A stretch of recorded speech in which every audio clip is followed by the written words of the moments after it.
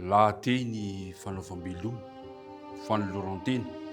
Izany no hanomboantsika ny herinandro anasako anao mba anjoy an'izany hatramin'ny farany.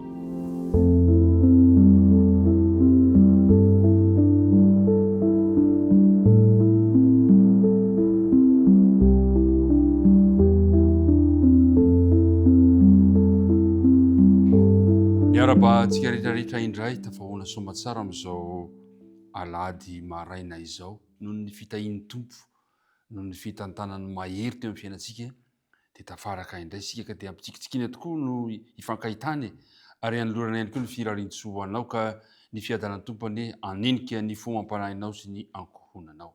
Ankehitriny ary dia hiaraka hivavaka sika raha hanomboka izao fandarana izao. Andriamanitra ray be fitiavana misaotra anao indray izahay, fa tafahoana somatsara amin'ity maraina vaovao ity. Tsy herinay izany natanjakay fa noho ny fitantananao anay. Ankehitriny ary mangataka famelan-keliko izahay, mangataka ny fidiranao an-tsehatra ka ny fanena masina mihitsy no hitoetra ty amponay ahafahany mandray tsara ny teninao ary hitondra fanandramanao anay ny izany teny izany. Amin'nara Kristy no angatana ny vavaka. Amen. Lahateny fanaovam-beloma, fanoloran-tena zany no dinika iarahantsika eto androany, izay iompana betsaka tsika amin'ny Josoa toko faharoa amby roapolo amin'ity herinandro ity zany anasanantsika rehetra. Fa ny andinina tao tadina kosa dia amin'ny ohabolana toko fadimy ambin'ny folo andininy voalohany, lohateny teny anankiray izay mahafinaritra izy io. Ohabolana toko fadimy ambin'ny folo andininy voalohany manao hoe: ny famaliana mora dia mampihanina ny fahatezerana mafy, fa ny teny marary mahatonga fahasosorana. Zay no andinina tao tadina amin'ity herinandro ity. Ao amin'ny Josoa toko faharoa amby roapolo no dinika hifanaovantsika.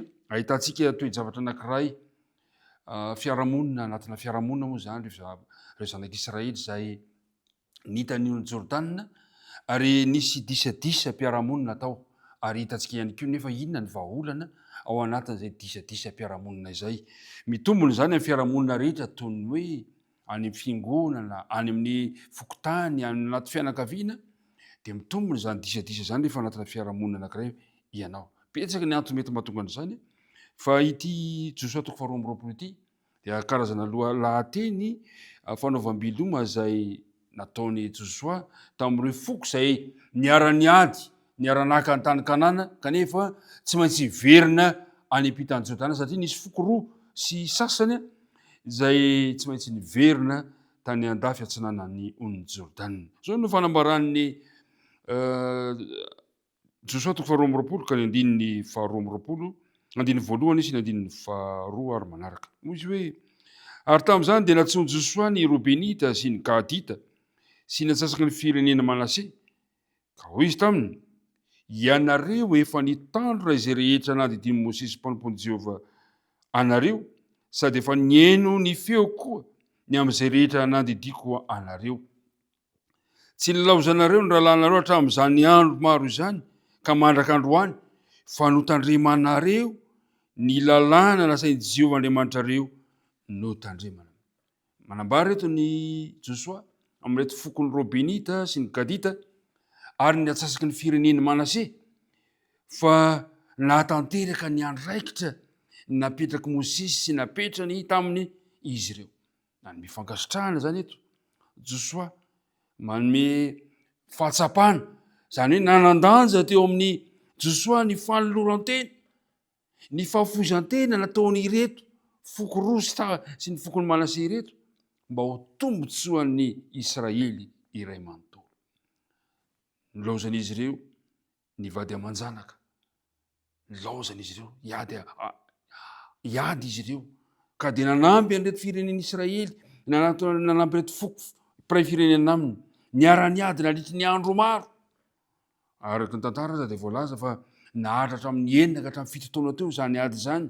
Navelan'izy ireo nivady aman-janana tany amin'ny fonenana izay nisy azy tany, dia nanapa-kevitra izy hiara-iady ampatokiana amin'ireto rahalahy reto. Kanefa fantatra fa lozany no atrehana zany, mety handratra, mety hahafaty zany toe-javatra izany. Kanefa dia voalaza eto fa tena nankasitraka mihitsy Josoa fa ny fanoloran-tena izay nataon'izy ireo. Fanoloran-tena natsapa izy ireo, natsapa Josoa fa zava-dehibe ny fiarahana niaraka taminy. Ary eto de mazava tsara amin'ny andininy efatra sy manaraka arakehitriny de efa nomeny Jehovahandriamanitra reo fitsarana ny rahalahinareo, zany hoe efa tsara amin'ny toerana misy avy izy ireo koa mody ankehitriny ka mankanesany amin'ny lahinareo avy ho any amin'ny taninareo zay nomeny Mosesy mpanompona Jehovanareo any andafiny Jordana. Tonga ny fotoana tapotra ny ady, efa nahazo ny anjarana toerana izy ireo, ka de iny Mosesy ny tena manao hoe mody am'izay toy ny hoe nanao veloma Josoa, mody am'izay makany amin'ny foninanareo. Kanefa nisy anatra amin'ny andininy 5, kanefa mitandrema tsara mba hanaraka ny didy sy ny lalàna zay nadidin'i Mosesy mpanompony Jehovanareo.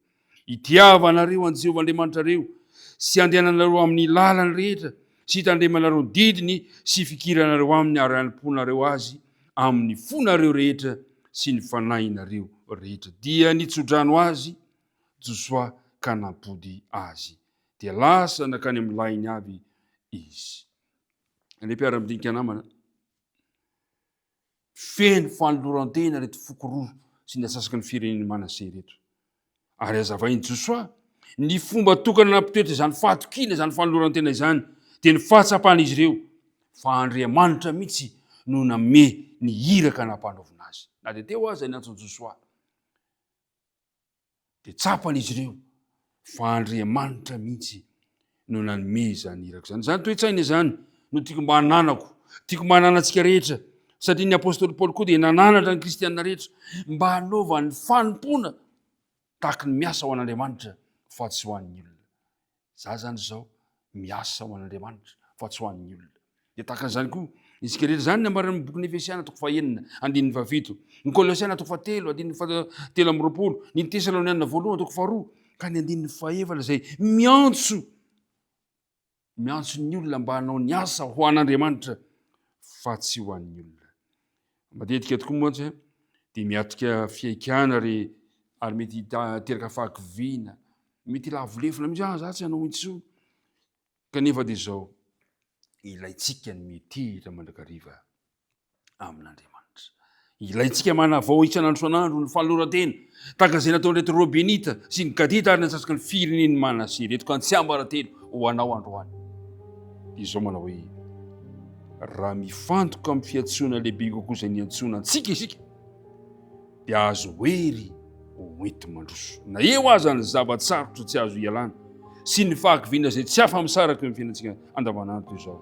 Ampifantohy ny sainao fa Andriamanitra no miantso anao amin'ny fanolorantena. Hombanao any Andriamanitra androany ka hanavao indray ny fanolorantenanao ianao ary ankasitraka izany ilay tompony iraka Jesosy Kristy tahaka ny nakasitrahany Josoa reto ny fireneny Manase sy ny fokony Robenita ary ny Gadita ireto. Hombanao any Andriamanitra ka hitantana ny fiainanao ary anomeanao ny toe-tsain'ny fanolorantena hiasa ho an'Andriamanitra. Ivavaka isika ankehitriny. Ray malala any an-danitra mpisotranao izahay no ny fotoana sarobidy androany no menao anay ka nampafantarana ho anay fa ilaina ny manavao isan'andro isan'andro ny fanolorantena ary ho tsapanay mandrakariva fa ianao no maniraka anay ho amin'ny fanompona. Dia apetraka ampelantananao ny tontolo andronay androany, aza mahafoina masaraka anay mba afaka tononona sy angatahana noho ny amin'ny anaran'i Jesosy. Amen.